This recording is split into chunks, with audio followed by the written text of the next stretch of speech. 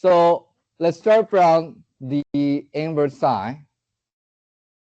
As you can see that the domain of inverse sine is probably one of those easy and special interval because you've seen them all the time, right? They are, I mean, the domain of inverse sine and the domain of inverse cosine, they are the range of sine and a cosine. So nothing hard for you to remember them. It is the range of the inverse sine, which is very different from the range of inverse cosine that, you know, threw a lot of people off in the first place, right? But we can understand them. This is what we call the restricted domain of the sine, right? Remember that we trim the graph of the sine. We pick only the part that the sine is rising, so it will be invertible. Oh.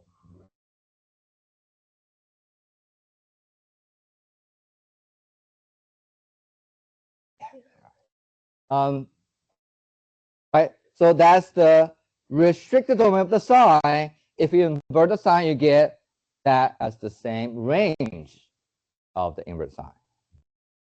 Okay. Now, unfortunately for the cosine, you cannot take the same part of the domain anymore. From 0 to pi, that's the part the cosine is, you know, decaying, right? And we pick that part, then we invert the cosine. That's why it was the restricted domain of the cosine, and it becomes the range of the inverse cosine. Right. Now, tangent. You thought it's going to be worse, but I think that it might be better in some sense than the sine cosine. Because first off, if you remember that the tangent function and also cotangent, right? The graph is kind of scared, right? You have all those, you know, like S-shaped kind of graph, right? They go from negative infinity to positive infinity. You have so many of them. You have the BAs, right, to guide the graphs. But you can see that the reason why the domain of the inverse tangent is all real number, because that the range of tangent is all real numbers, right? Because the graph is literally extends vertically to positive infinity and negative infinity. Now, what about a range of the inverse tangent? And again, the same logic. This is based on the restricted domain of the tangent, right? And it's going to be that center piece of the graph, right, with the full period, right, you know, the S shape that goes from bottom left to the top right, with the two VAs, right, you know, restricting the graph. But that was the restricted domain of the tangent, and it becomes the range of the inverse tangent. Okay, and you notice that these two intervals look very similar, right? The difference is this is including the endpoints. That is excluding the endpoints. And the reason is pretty simple, because pi over 2 and negative pi over 2 are the two locations for the VAs. Right? The graphs, I mean, you can see either by hand graphing them or, you know, use Desmos or GeoGebra to find the graph of the sine and then reflect it about that 45-degree line. You will see it, right? This is cosine, looks a little bit weirder. And the tangent, you know, somehow I think that's a bit nice. But again, you know, to be honest, you know, not making this up. If I need the graph of these inverse tangent graph or inverse trig functions myself, I will sit down and think about what they should look like and recreate them on my own. But I never had to do it anymore because I just keep using them. But it's unfair for you guys to, you know, be able to do that. But you have reference sheets, right?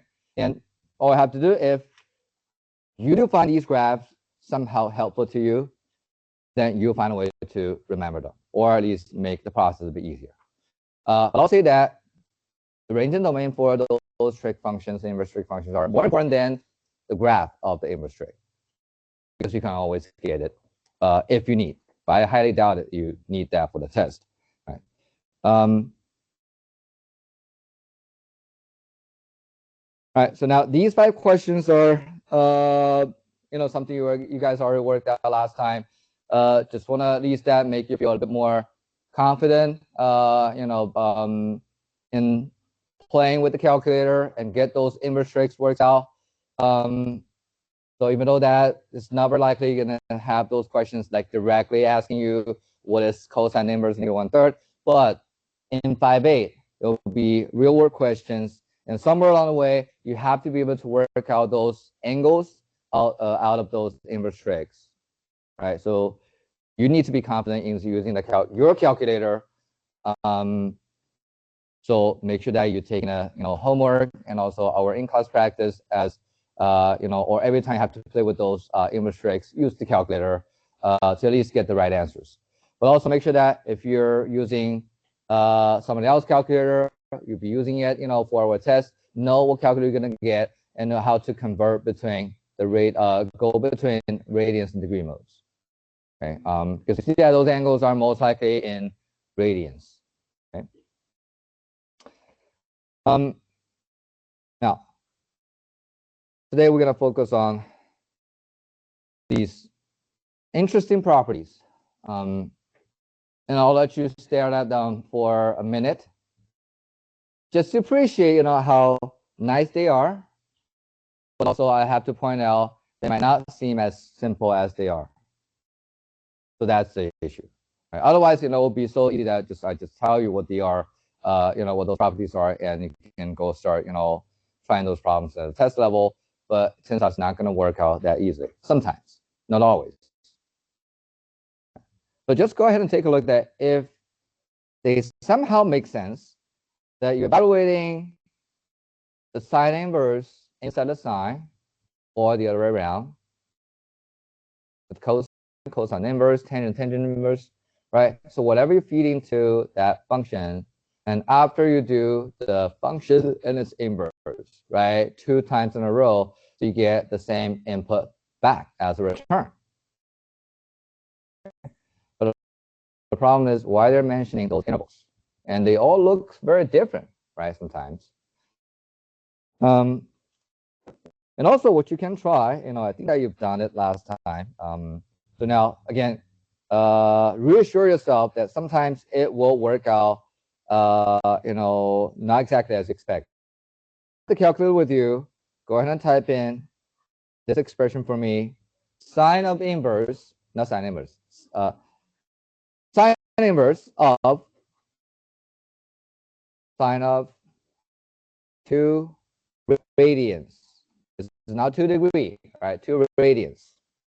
Figure out what that is. You can also try cosine inverse of cosine of 4, and also find out what it is. And again, these angles 2 and 4 are not degrees; they are radians. So make sure that you type it in the right way.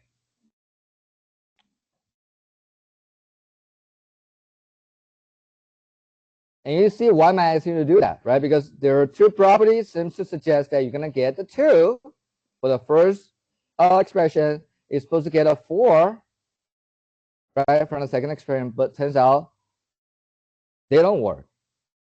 This is not 2, pi minus 2, and this is 2 pi minus 4.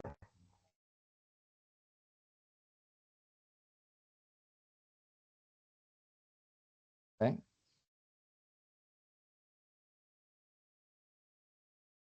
Right? Does everyone get the first problem worked out as like a 1.14, right? The second one is 2.28, right? And also, those are not lucky guesses. They're exactly the right answer, right? But what you tell me, if you do get a question like that, like a multiple choice, it says sine inverse of sine 2, what should you do? You have a calculator with you. Would you just plug it in and get the answer, right? So, like I said, I'll try, but I don't know if the rest of the instructors will like these questions. But I think that they might not super against those kind of questions because they are not as easy as when you saw they simply just plug in, right? But you can still plug in. But the problem is, what if they are FRQs? So now the thing is, you have the right answer, right? But what's the point? Let's say FRQ is 5 points. How are you going to get the remaining 4 points? You have to convince me that you know the right way to do it, right? And that might be hard. But it's hard because you have to understand every single step and make sure that you understand the logic behind it. And once you do, maybe the process is not as hard as it seems. It's just like you guys remember the SAT problem we did on Friday, right? And I told you they are the hardest questions in that category that I can pick from the question bank. And I'm sure that when you try a few problems, you realize that, well, they are not as hard as you thought. Okay. Now, we'll come back, because this is a book, and if you want, you can always get it, either by emailing to get a note or, look it up around the section 5.7. But let's work out sine inverse of sine 2. Okay. The first question is, why isn't that 2? Now, everyone take a look at the reference sheet.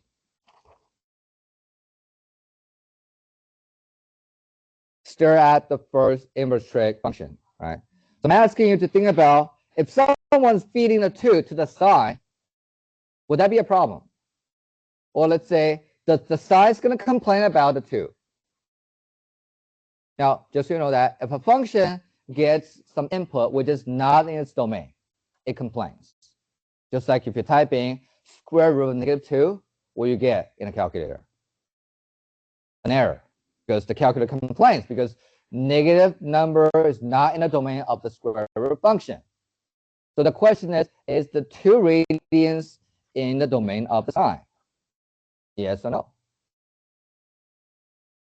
Some say yes, some say no. Now, you're both right in a certain context.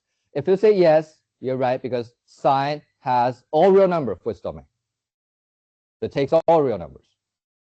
Right? If you say no, you're also right because you're thinking about the restricted domain.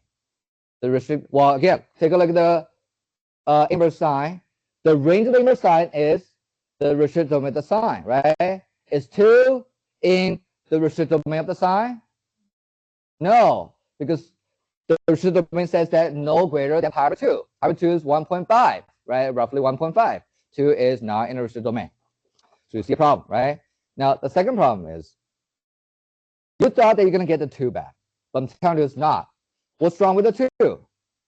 Is the 2 in the range of inverse sine? That means, are you expecting anything that big from the output of the inverse sine? What's wrong with that 2? What is the range of the inverse sine? Negative pi over 2 to pi over 2. Again, 2 is too big, right? This is why you're not supposed to get a 2. Okay, so now let's see, how do we do that? We know that 2 is too big, right? So let's work out an alternative problem. I want to find an angle theta prime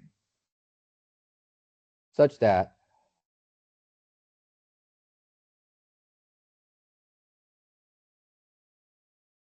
sine of this angle theta prime is exactly the same as sine of 2 radians. Okay, but I want the theta prime to respect the restricted domain of the sine as well as the range of the inverse sine, which better be greater than negative pi over 2, less than or equal to pi over 2. If I can find out that angle theta prime, the problem is solved. Okay, but let's first find out what the theta prime is. So you can do it a hard way, by memorizing some special tricks, identities. But let me show you probably not necessarily the best, because it's, it really depends on if you like it or not, right? So it might be the best way for me, but if you don't like it, you hate it so much, right? But at least I'm trying to show you the way to visualize the whole process, right? To make sure that you find it, easier to accept. Let me plot the angle 2 radians, and I'll show you how to graphically find, or even just educated guess, what that theta prime is, right? But can you guys do me a favor? In which quadrant you think that 2 radians must be in? Okay, Max? Quadrant 2. Why is that? Did you say 2 radians. 2 radians? So a radian is about equivalent to 57 degrees-ish, and 2 of those is like 114 degrees-ish, and that's in quadrant 2. I don't even remember. It's 57 something degree. I know it's about 60 degree. I don't remember. Well, so see that it's not that impossible, right? If you care enough, but why would you care enough, the trig, right? So if you're not going to use it for your life, for the rest of your life, right? But I mean, here's the thing. Now, if that works for Max, great job, right? So now, what? Anyone else figured out second quadrant? If you feel like sharing with me, how you figured out second quadrant, maybe it's slightly a different way, like. Okay. It is in the second quadrant, right? So now, can you imagine that how we're getting the angle by sweeping out, by turning the terminal side? If I start from the positive x, right? If I turn 90 degrees, I get to the first quadrantal angle, which is pi over 2, right? You guys remember that? 90 degrees. If I keep turning, I get to pi radians, right? If I keep turning, get to the negative portion of the y. This is 3 pi over 2, right? Coming all the way back, this is either 0 or 2 pi radians, right? You guys know that pi over 2 is about 1.5, right? Pi is about 3.14. So 2 is in between 3.14 and 1.5. So it'll be somewhere in here. But do you see that you either remember the degree of, or you convert the 2 radians to the degree, like, Max did, right? So realize it's somewhere in the second quadrant. Or if you turn the pi or those special angles into a decimal form to compare, where the 2 will be located, right? Either way. So now let me draw that angle, 2 radians.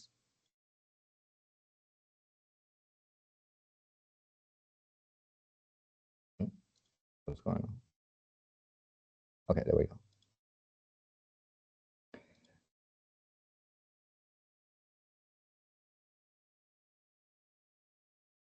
All right, this is what I mean by 2 radians. So now, this is the hard part of the process. You have to understand so that, you're probably going to appreciate it. I need to draw the terminal side for the angle theta prime such that that terminal side will tell us this angle has the same value as sine 2 radians. But it's hard to imagine how I can relate the location of the terminal side to the value of the sine, right? And this is why we need something you learned before, the unit circle definition of the sine. You guys do remember it. It's been a while, right? So I don't blame if you don't remember. But I mean, as soon as you see it, it's something that you've seen before, right? This means that all I'm carrying is the y value. It is the y value of the point that you pick on the terminal side. So this is the angle I'm given, right? I'm going to pick a point, and let me put x comma y. So now my goal is to find another terminal side. So when I pick a point on it, that point's going to have the same exact y value. That's the point I just plotted. Okay. And notice that the y here is positive, right, in the second quadrant. So this is a positive y. And to get the same exact y, it has to be positive. It has to be the same exact elevation, right, that point. And imagine where that terminal side must be located. In which quadrant you think? Can it be in the third quadrant? I draw a terminal side. I pick a point on it. Would it be possible to get a y the same as this positive y? No way, because all the y is going to be negative, right? Would it be in the fourth quadrant? The same thing, right? Y is going to be negative. Oh, it's going to be in the first quadrant, right? let me draw a line that represents the terminal side, right? And I'll do it in a symmetric way. So I'm pretty much just reflecting that terminal side in red of the y-axis. And now this is the point at the same height as the red point. I don't care about the x. I just label the y because you see that this is indeed the same y. Right? And I didn't draw that line randomly. I told you that I make the red terminal side and the blue terminal side symmetric about the y-axis. And it turns out that this is the angle I'm looking for, because it guarantees that the angle of theta prime, I'll label it here. This is the angle of theta prime. Right? By definition, will share the same exact y value, which is the same exact value of the sine as sine of 2 radians. Right? So now the question is, how do you figure out the theta prime? All I know is this big angle sweeping out 2 radians as we go all the way to somewhere in the second quadrant. So it depends on the way I draw the blue line. Can you guess what that theta prime is?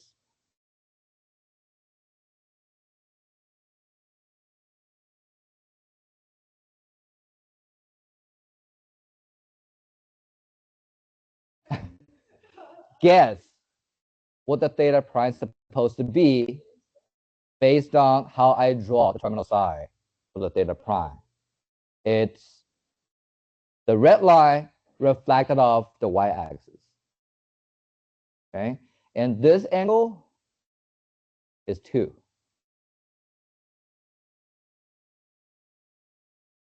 Well, it's definitely less than 2 because 2 radians, that's a acute angle. You're looking for an acute angle. That's why people hate geometry. Right? It's hard to see, right? If you see it, you see it right. If you don't see it, it's like, wow. It's... All right. Now, what do you think will be this angle? Yeah.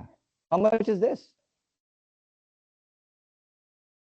All right. The straight angle is pi, 180. You sweep out 2. What's left? Not 45. I draw it like 45. Not necessarily 45. Don't you think will be the difference? Okay, ahead. Yes. If that's pi minus 2, what about this angle theta prime? Are they the same? They are, right? Whatever theorem you use in geometry to prove to yourself, you don't have to do that. Just draw it and show me, Dr. Wang, that's the same angle I see over there, right? So theta prime is pi minus 2. All right, so now we're almost there. Because now we can play with that angle to solve this problem. Here's how we do it.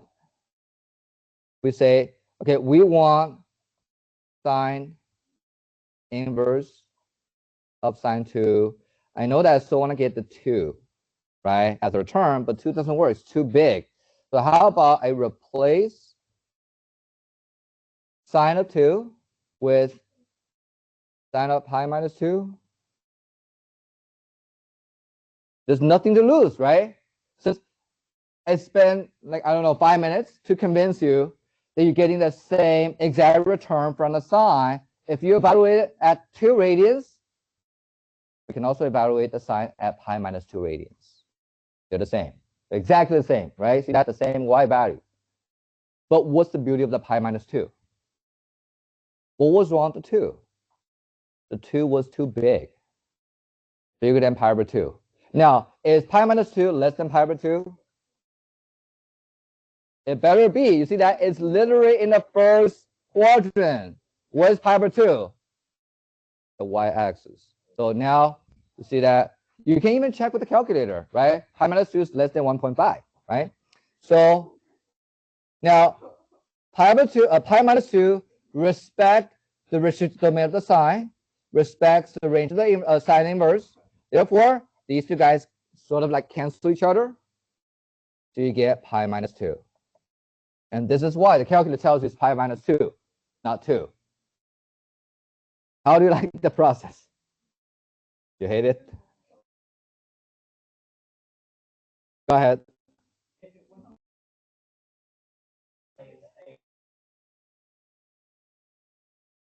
The thing that says, Guys, listen to that question. Max, what was the question again? If it's not true in this case, why did you show us the sine inverse sine with sine 2 and tan is equal Okay. to? So you're saying that why am I showing you these properties?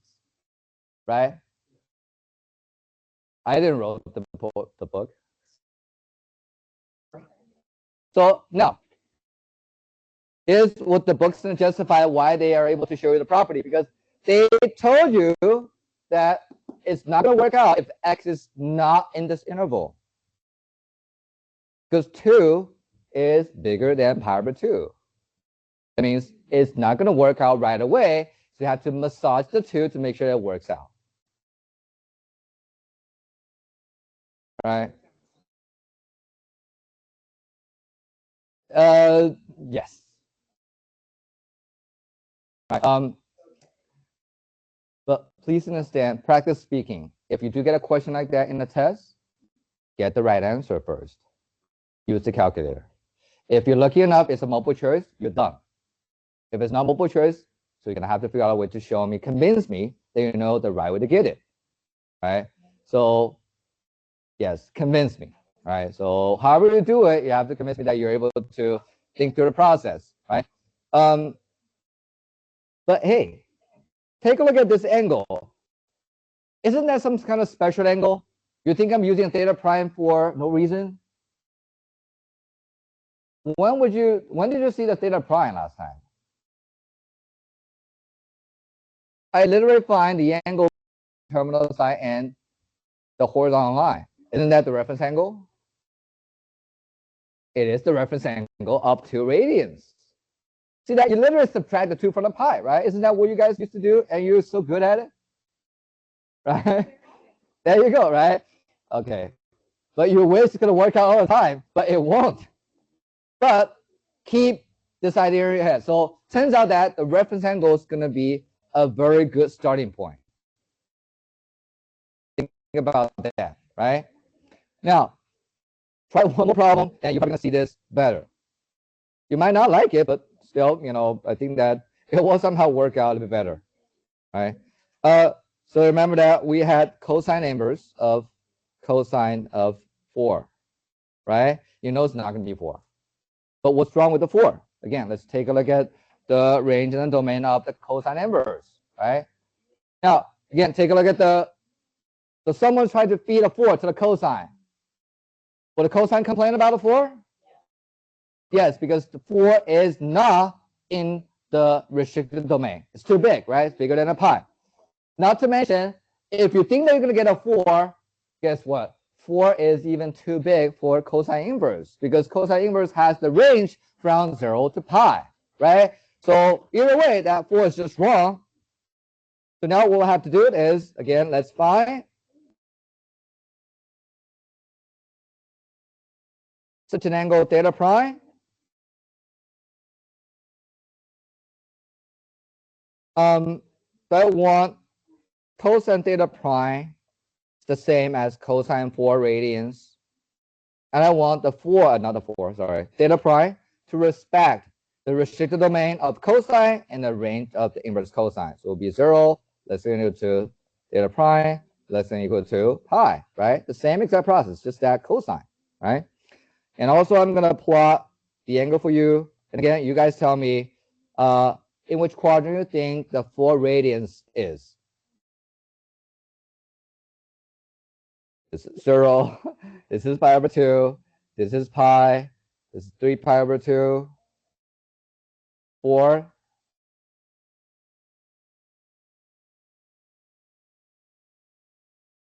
Well, 4 is greater than 3.14, right? It's better be either here or there. But is it in the third or fourth quadrant?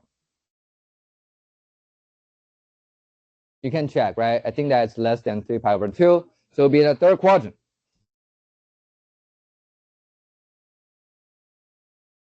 Okay, so this is 4 radians, right? So now our goal is to find another angle or a different terminal side so that cosine of that angle theta prime must be the same as cosine 4. Remind yourself, in a unit circle, we define cosine theta or cosine of any angle the same as the x coordinate of the point on the terminal side. So let me label a point on the terminal side, the given angle, right, x comma y, right? So I need to get the same x, but on a different terminal side. Where should it be? Where should the terminal side be? Say it again.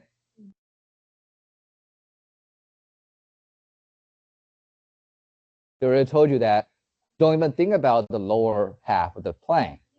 It needs to be in the first two quadrants, right? Could it be here? Why not? Good. X is negative, right? So it's going to be somewhere here, right? Because it has to be in the first two quadrant, but you can't do first quadrant because x needs to be negative. So now let me draw an angle with a terminal side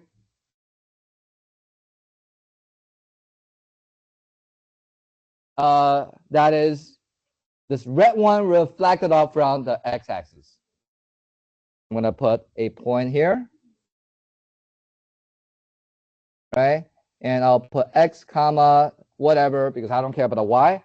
It's the x value, right, that I care, because that way this angle associated with the terminal side has the same x value as the x on this terminal side. Therefore, the cosine of that angle is equal to the cosine 4. So the question is, how much is this obtuse angle? Right? So theta prime. I'll let you stare at the graph for not hard, but long, maybe no more than a minute. See if you can figure that out. Just educate a guess. That's all you need. The big angle from here all the way to the terminal side is 4 radians. So you need to have an angle like that. Remember that these two sides are exactly symmetric about the horizontal line.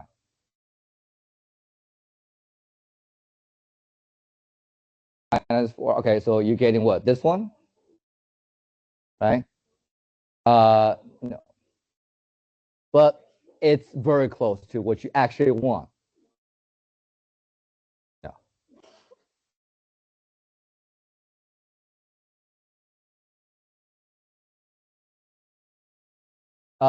Now, I'll tell you what's wrong with pi minus 4, 4 minus pi. It's too small.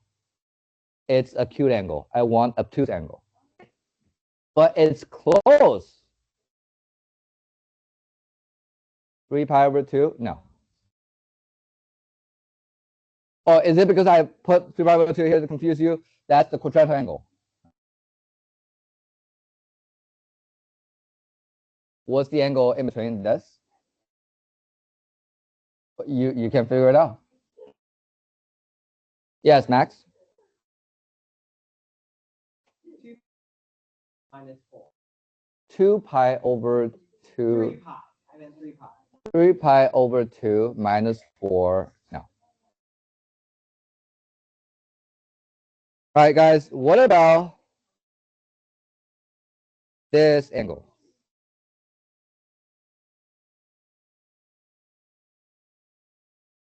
Some say that this one, don't worry about it's negative, because if you turn this way, it's negative, right? This angle seems to be the same as the one on the top that I'm looking for. It is. They're exactly symmetric. But is this angle a bit easier to find out? If you turn this way all the way to the terminal side here, you sweep out 4 radians. But if you go all the way back, that's 2 pi.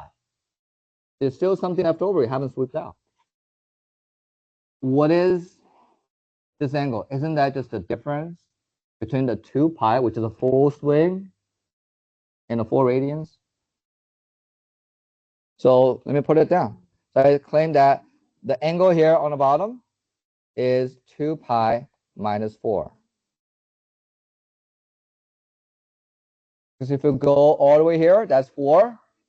If you were to go all the way back, that's 2 pi, but you didn't go all the way back, right? So it's like 2 pi, take away 4 radians, whatever that's left is that angle, right?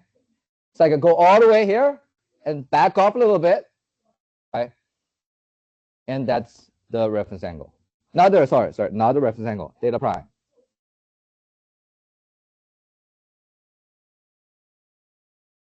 Two pi minus 4. All right, so now the question becomes, is 2 pi minus 4 the reference angle of 4?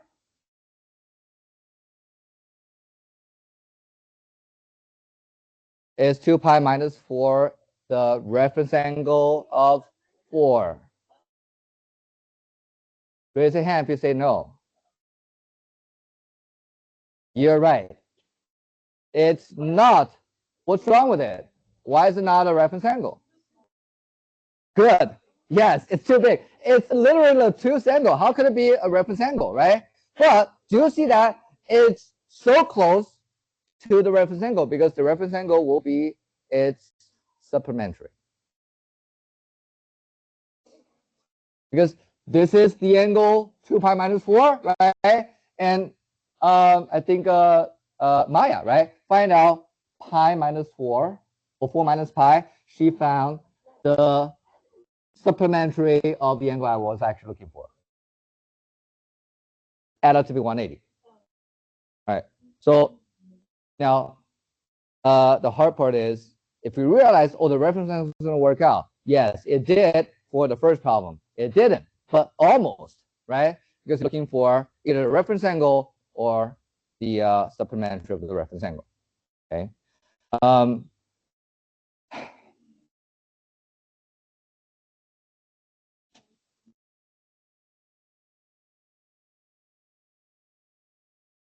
Yeah. So that's why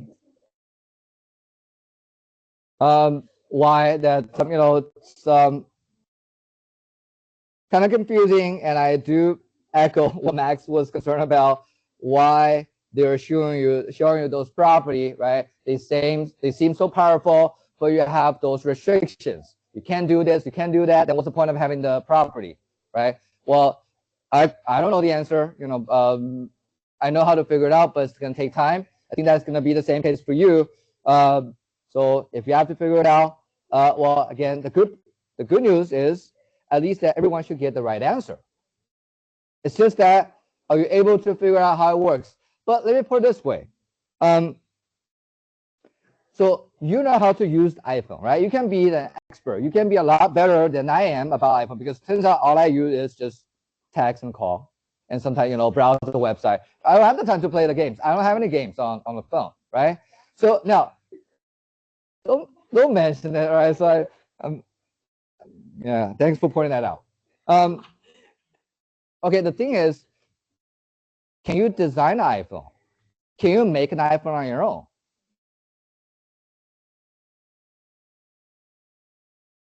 I mean, but so the thing is, I mean, for example, if I know physics, so I can say, you know what? I know how FPL, for the power line, right? They use the nuclear reactor to produce the electricity, right? So I know how it works. But you're asking me to build a nuclear reactor myself. I couldn't do it. So it's the same thing. I mean, not knowing how something works out doesn't prevent you from using it, right? So here, you didn't know how magically the calculator figured out the right answer. You take it, right? If you have to figure it out, then you, well, it turns out I don't think that anyone who's not going to be teaching this will know this right away, right? So again, why would you stress yourself? I'm just telling you that there's a chance you have to convince me in a test. You better figure it out, but get the right answer first and go from there, right?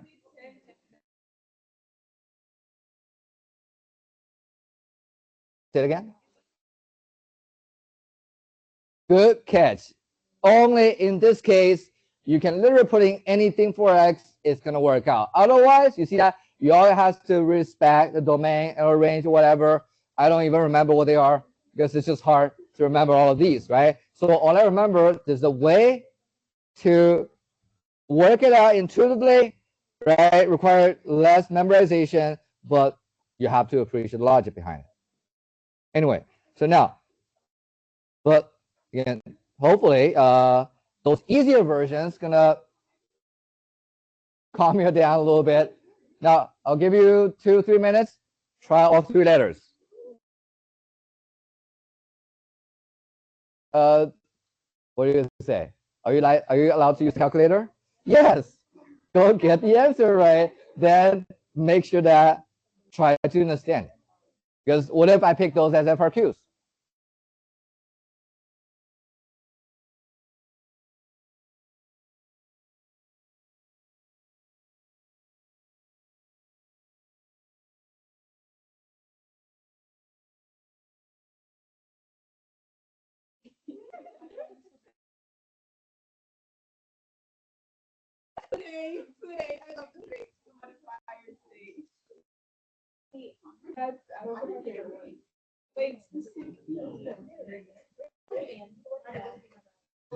Yeah, you have to worry about the degrees and radians, right? So make sure you know how to switch back and forth very quickly.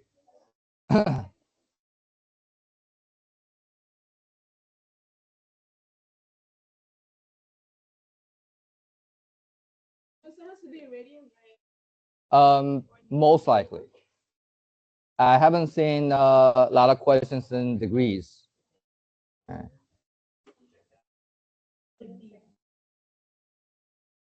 I'll try to be reasonable if I realize that maybe in FRQ that you guys end up using a degree. If I do see that you're kind of in the right track, so I'll be generous with the points.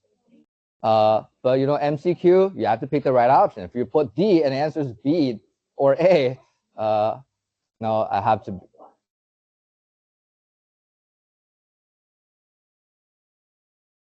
It's the same as penalties. Don't worry about it.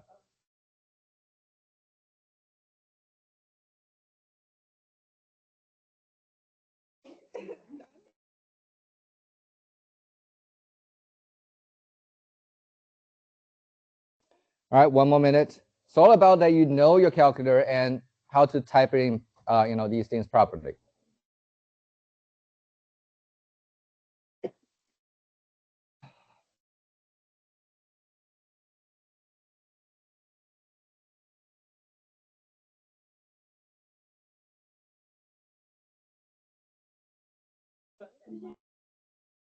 What do you get? Like an error for letter C?